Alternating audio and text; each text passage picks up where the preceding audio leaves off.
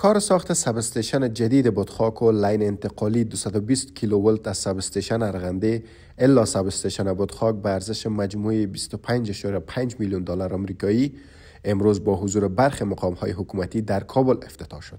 سدی پاسا 50 میلیون دلار دی سرمایه گذاری زموږ دی محترم حاجی صاحب او فی بهرام شرکت او دی هغو تطبیقونکو شرکتو ده چې هغه هلې ځلې کوي په خپله سرمایه گذاري سره هیڅ چا ورته نه دي ویلي. اکثره خلک دلته را روان ما ته معدن راکړي ما ته پلانکی شی راکړي زه بیا تدا کوم. دا د دغه حاجي صاحب اخلاص ده چې په ډېره ښه هغه د زړه له مینې نه یې خپله سرمایه را انتقال کړې ده. په دې ترکیب دغه کار چې دا نن موږ افتتاح کوو دا یو بنیادي کار دی او د دې تر شا د ډېر نور انکشافي عربه د ماشین څرخي چې په زرو خلکو ته به په کورو کې برېښنا میسره شي او صنعتي پارک ته به برېښنا ورکول شي، دفترو ته به ورکول شي، تعلیمي دستګاو ته به ورکول شي، زراعت ته به ورکول شي. دغه نوی سب سټیشن چې دلته افتتاح کیږي څه د پاسه 25 میلیون ډالرو په ارزښت باندې دا یو غټه لاسته راوړنه ده او د ولسونو دپاره او د افغانانو دپاره د کار د زمینې برابرول دي.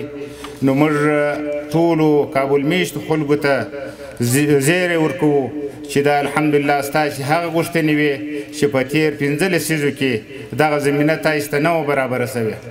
مسئولین شرکت قراردادی در ادامه این نشست با تاکید بر گسترش سرمایه‌گذاری‌های خودش روی پروژه‌های انرژی اطمینان دادند که این دو پروژه را به موقع و مطابق معیارهای بین المللی به اتمام خواهند رساند.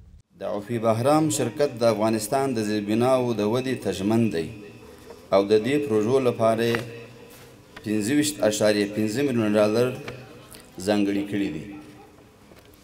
الحمدلله تر دې دمه د پروژو کارونه د پلان سره سم پر مخ روان دي او موږ تعهد کوو چې دا او زموږ نورې پانګیزې پروژې پر وخت د نړیوالو معیارونو مطابق په لوړ کیفیت سره بشپړې شي. که یک مشکل باقی مانده کمبود برق حل گردد انشالله در افغانستان یک انقلاب صنعتی به وجود میآید. قبل از فتح و روی کار آمدن امارت اسلامی افغانستان ما تعداد 5000 کارخانه در سر تا سر کشور داشتیم. الحمدلله امروز با وضع پالیسی‌های مایوی که امارت اسلامی افغانستان داره ما شاهد از این هستیم که تعداد فابریکات ما به 6500 کارخانه رسیده. در صورتی که مشکلات کمبود برق حل گردد ما مطمئن هستیم که ما میتونیم امو خودکفایی کاملی را که میگیم در تمام سکتورها داشته باشیم و سکتورهای جدید میتونیم سرمایه گذاری کنیم، تولید کنیم. مسئولان وزارت انرژی و آب گفتند که با تطبیق این دو پروژه بخش عظیم از انرژی لاین 500 کیلوولت ترکمنستان جذب و مشکلات برق شهروندان کابل تا حد زیاد حل خواهد شد. همچنان مشترکین مسکونی، تجاری و صنعتی از برق پایدار و مطمئن بهره‌مند خواهند شد. آژانس خبری پژواک انعکاس دهنده حقایق